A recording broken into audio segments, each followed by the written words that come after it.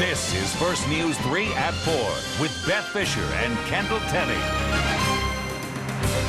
Thanks for joining us. Less congestion and a better flow of traffic. That's the idea behind 7 freeway ramp meters that are now up along I-15. The lights were turned on early this morning, and NHP troopers were there to make sure everyone understood the changes. Our first response team coverage includes Tom Hawley, but we'll start with Denise Rosch live at I-15 in Tropicana to tell us why not everyone is sold yet on the meters. It takes a while for us to get used to change, Denise. Always does, but today a few on-ramps have certainly been backed up as engineers work on the timing of these lights. In fact, take a look from our mass cam. That's the Tropicana on-ramp. Not a pretty sight, but I'm told that those problems are certainly things that can be worked out.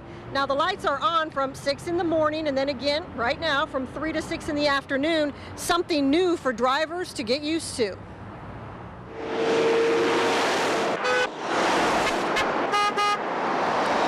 Jump on I-15 and you're sure to face a little shun, congestion, frustration, or distraction. Before it used to take me 20 minutes to get across town. Now it takes me like an hour and a half sometimes.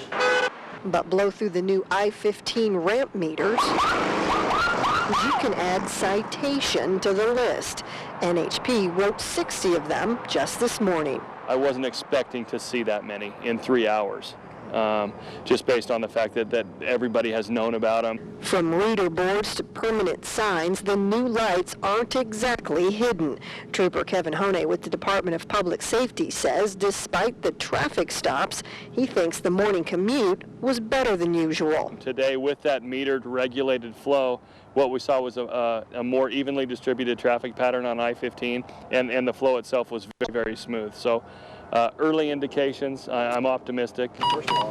But inside the Flamingo Stop convenience store, Ed Ishikawa isn't so sure. I try to stay off the freeways as much as I can. He has a clear view of the tie-up that is I-15 at Flamingo, and he doesn't think ramp meters can help. I don't think it will. How come? The way people drive here, I mean, I don't think they'll even obey the lights. I think they'll just go right on through. Which on day one, they did. But get past the initial confusion, and troopers hope ramp meters will mean a safer drive for everyone. There's a lot of distractions out there, obviously, but those lights, you've seen them, it's not unlike an intersection traffic signal. They're very hard to miss. Today's rollout was the biggest yet in terms of ramp meters for I-15, but the Regional Transportation Commission isn't through yet. They will turn some other lights on at Russell in 2 weeks. Continuing our first response team coverage, let's go up to Tom Hawley. And Tom, from where you sit, they still need to do some work on these things.